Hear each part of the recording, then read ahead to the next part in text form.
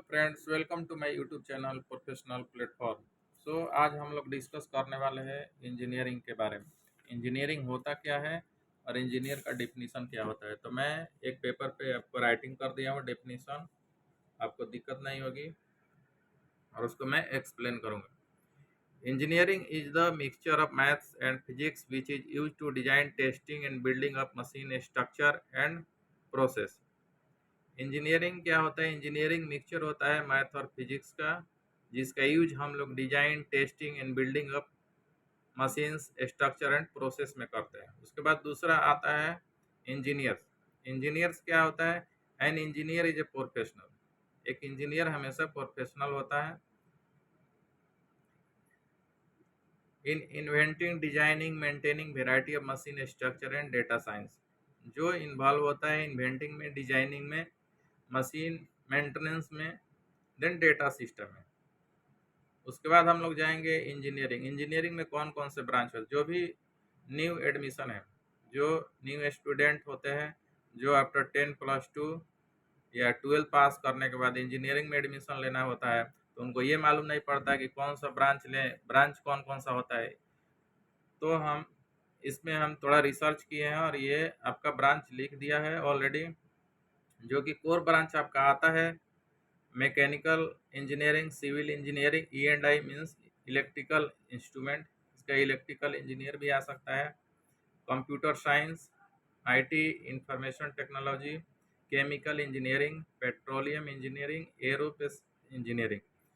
उसके बाद आपका सब ब्रांच भी आता है automobile engineering, agriculture engineering, marine engineering, industrial production engineering, software engineering, materials engineering, biometric engineering, environmental structure engineering, geothermal energy, power engineering, system engineering, broadcast engineering, manufacturing engineering.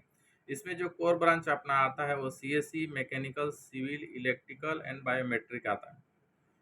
अब दूसरा question आता है, इतना सारा branch है, कौन सा ब्रांच ले? जो भी आपको इंटरेस्ट है, जो इसमें ज़्यादा कर सकते हैं, आप वही ब्रांच चूज करें जिसमें आप कुछ कर सकें, दूसरे के बहकावे में नहीं है। इसमें से टॉप ब्रांच जो होता है वो CSE, mechanical, civil, electrical and biomedical होता है। इसमें से आप कोई भी ब्रांच एक चूज करें। और दूसरा बात आता है, जो भी एडमिशन लेने जाता है उसका मेन मोटो क्या होता है, मेन पर्पस क्या होता है इंजीनियरिंग करने का? हाई सैलरी अर्न करना। तो हाई सैलरी अर्न करने के लिए कौन कौन से ब्रांच में आपको जाना है वो भी मैं डिफ्रेंशिएट कर दिया हूँ। सबसे पहले आता है इलेक्ट्रिकल इंजीनियर, उसके बाद आता है केमिकल इंजीनियर, फिर आता है big data engineer, nuclear energy, arrow aerospace engineering, astronaut engineering. ये सारा क्या होता है? हाई सैलरी पेड ब्रांच है। उसके बाद हम लोगों के दिमाग में ये आता है कि एडमिशन के लिए क्या क्या चाहिए। Requirements of engineering admission: minimum qualification intermediate 10+2 with 60% marks with PCM। Means 10+2 पास होना कंपलसरी है, उसमें 60% मार्क्स चाहिए ही चाहिए। अगर 60% मार्क्स नहीं है तो आपका एडमिशन अच्छे कॉलेज में नहीं हो पाएगा। और उसके साथ फिजिक्स, केमिस्ट्री, मैथ्स, ये तीनों सब्जेक्ट आपका होना कंपलसरी है। कौन कौन से कॉलेज में आप एडमिशन ले सकते हैं, कौन कौन सा एग्ज़ाम इंडिया में कंडक्ट होता है जो कि आप इंजीनियरिंग में एडमिशन ले सकते हैं? तो सबसे पहले आता है BIT SAT, Birla institute of technology. फिर आता है BIT EEE, Vellore institute of engineering entrance examination.